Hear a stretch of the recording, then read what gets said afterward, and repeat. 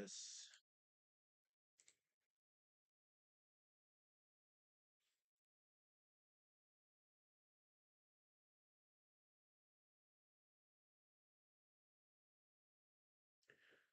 All right, we're live. It seems. Okay, I'm gonna wait here for a little bit until I don't know. I don't know what is gonna pop up. If not, we're gonna start in a minute. That time, I guess I'm gonna reintroduce myself again. I am Zaid, and I do video game art, and I'm a art journalist. So I do 2D, 3D for the past couple of years. Maybe no, not couple. More than that, I've been doing also technical art. It's just all around when it comes to art-related game development pipeline.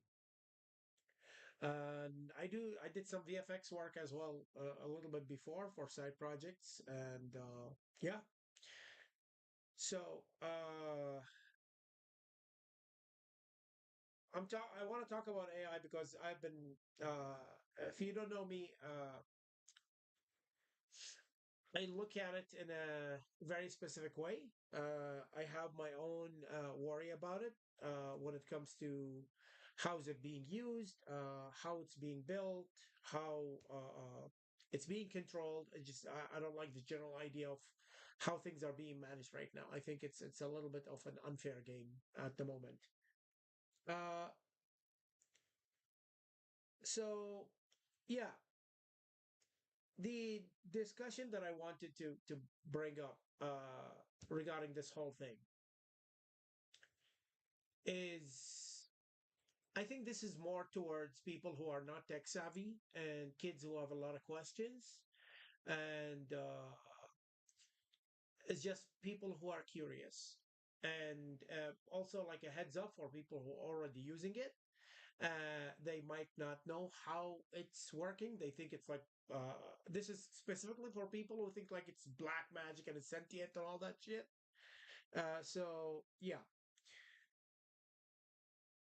So when it comes to uh, AI, okay, it's a language model. A lot of people are gonna go look for how language model works. It's being discussed a lot on YouTube, everywhere on forums, and it's basically just a machine that you feed a lot of data to it, and it averages an answer. So let's say just an example that will make things more clear. Uh, let's say that you give it uh, from 1 to 10, okay? So the average of 1 to 10 is at 4, 5, and 6. So it will always lock into 4, 5, and 6. This is just a very general example or layman term, so to speak, uh, to give you an idea how this thing works. And so yeah, that's basically the functionality of it. It averages the answer to whatever that is out there, whatever that has been fed to it. So that's what you will get. Even if you look at the AI art, it usually looks the most generic that it could ever be because it is again averaging uh, what is out there.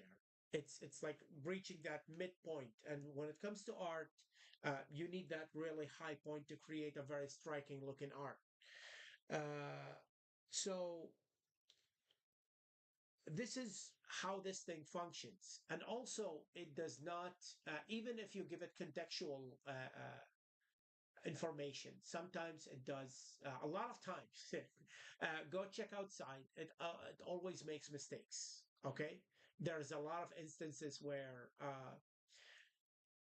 I was at some point forced to use this tool as much as I don't like it, and I don't like the idea of being cornered to use it, but I got cornered into using it uh, for you know, contractual. And yeah, it got things wrong multiple times. And it even sent me on a wild goose chase at some point, and things that I had low information on. And it was interesting to see. And even at some point, I was like, just I didn't have anyone to have a discussion with about the subject that I wanted to talk about. And I'm like, okay, this thing is going to be fast in research. I'm going to try to utilize ChatGPT as a search engine. So uh, it was useful. It was very useful when it comes to like, hey, I want to find a listing of beat 'em up games that is one lane. Okay, it did um, provide new games, like old games, but I was not aware of. It was not in my sight, and that was great because me looking through like the first 10 links, the first 20 links, it's usually giving me these generic answers that I already am aware of, whatever that is popular. But after like asking ChatGPT multiple times, like, hey, try to go a little bit more obscure, uh, it started to find some games that I was not aware of. And it was great. But here is the kicker though. For people who play old arcade games, and this is very important point here, and why am I bringing that up? Is that this thing makes mistakes with confidence, and it's terrible, terrible for people who have no information about what they do. And this is going to be segueing into uh, kids who think that they don't need to have knowledge, they don't need to learn, because AI is going to do things for them. Okay, this is extremely important. So again, I asked it to look for me for listing for a beat 'em up that is one lane. Okay, and it gave me a list of games, and then the game that I was researching specifically, it was Splatterhouse. And as we had the discussion, it kept on telling me that Splatterhouse is a like a regular beat 'em up. It's not a one lane. Like, hey, check Splatterhouse 1 and 2, and then it kept on insisting it's just a general beat 'em up. Then I'm like, no, Splatterhouse 1 and 2 are a one lane beat 'em up. And it started like surprisingly, like this is the time that it was telling me, no, it's like, no, this is an accurate information that you have. And I'm like, what? I played those games. So in the response, because I'm trying to like shift the information to exactly where I need to go, and I had to like kind of argue back and telling it is like, hey, beat 'em up, one lane beat 'em up. You do this A, B, C, and D and E. Okay, and if you look at Splathouse 1 and 2, it does A, B, C, D, and E. So they both are these two games are fitting these categories. So this is a one lane beat 'em up. And then it's like, haha, sorry, yeah, you're right. I made a mistake. Good catch on you. I'm like, what the fuck was that? So, and that is like after like 4 to 5 sentences of back and forth, fighting back with or arguing back with Chat GPT, and it was a very interesting thing. Just imagine someone who is not aware, okay? And this is just fucking video games, okay? But imagine if it's a medical question, if it's a math question, if it's a physics question, chemistry question. What if it makes, like these oopsies in something that is very big? This is where your background knowledge is very important. This is where your study, okay? And you going to school and learning all of that shit that is at some point you might think it's unnecessary. until you take the certain subject that you're going to go and study in senior high and college. This is where that information, even at some point, if AI general use is going to be out there, okay, it doesn't matter how much they're going to try to improve it. This thing is still going to make mistakes, okay, because the job of it is to average things out, okay. So if it's going to average a wrong answer because the wrong answer is popular, how are you going to find your own way of doing things? And just you're gonna be usually the average. Is that what you want? Is that what you intend? Then it's fine. But if you want to exceed, that's when you need to be the person to do it. You need to be the one to think it. You need to be the one to take the time to have the thought process about it, not let some machine doing some compute out there telling you what to do. This is very important. And this clears up that question, I guess, of like why should I learn if the AI is going to do it for me? What if it does it wrong? Okay, that's one reason. Reason number two: what if there is no AI to do it for you? My generation grew up with AI not existing. Okay, and we know how to do things. So if things turns off, fine, we're going to do it anyway because we can. But you are not equipped with the knowledge make you be able to do that. Now you're wondering how, why would I, why would it does not, it would not exist. Uh, you lose power, you lose access, something happens, uh, you have no access for it. It's just all gone. What are you going to do? So this is very important for you to understand is that you need to rely on yourself and understand the topics that you're going to be an expert on. Whatever it is, whatever the profession that you're going to be doing, you need to be an expert on. You need to know how to pull a book and look, sift through the information and filter what is what is necessary for you. That's why books exist. It's passed down information. Uh, do a research on how batteries were made. That is a very interesting subject on how one person discovered one thing and then one other person read it and he wanted to confirm it, so he started doing things, but he found out that there is something is off, so he added whatever he knows from his knowledge. And it's like, if you look at the invention of batteries, it was such a cool process between people having ideas and sharing it with everyone, and someone catching something and they're going to be doing something with that information, and revising the method to create a better battery. It was a really really interesting video article to listen to.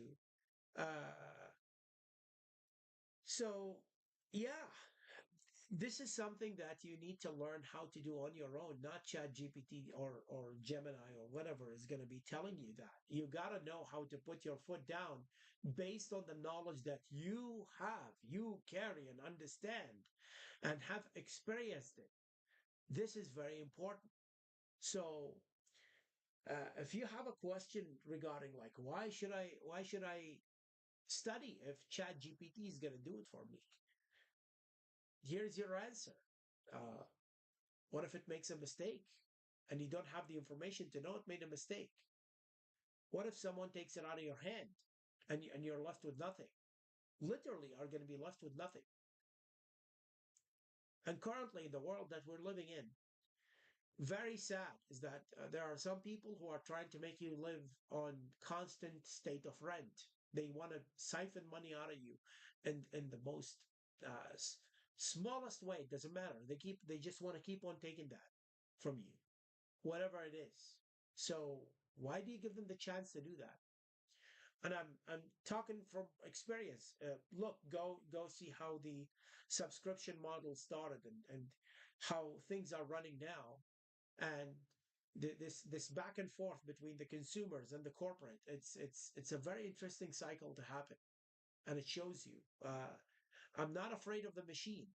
I'm more afraid of the people running it. That is my ultimate fear. Is people. People are there.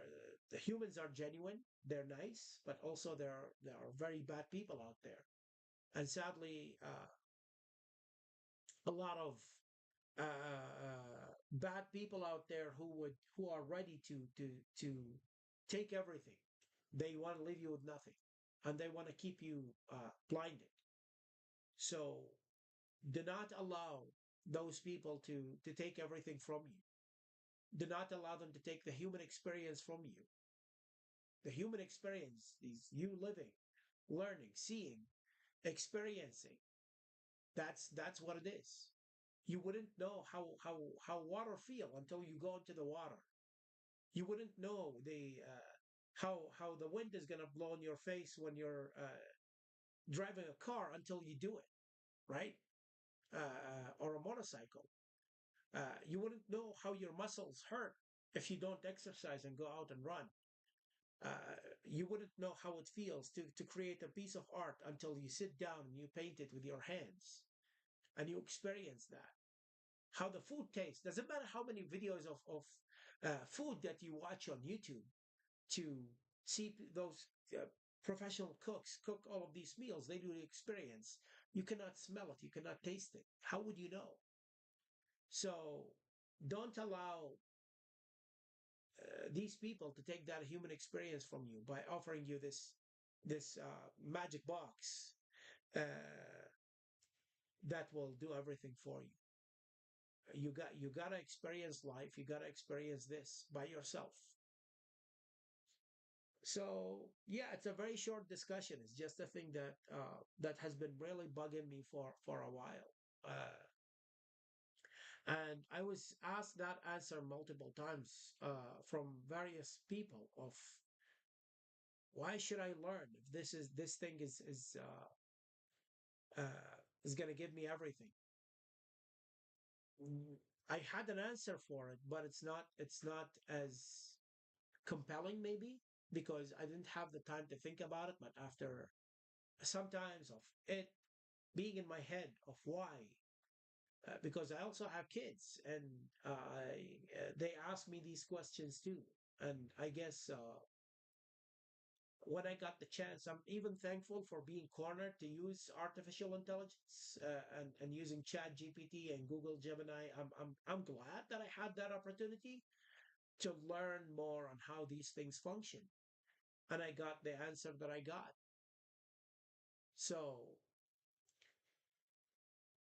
don't let them take life from you. Don't make them take your mind from you.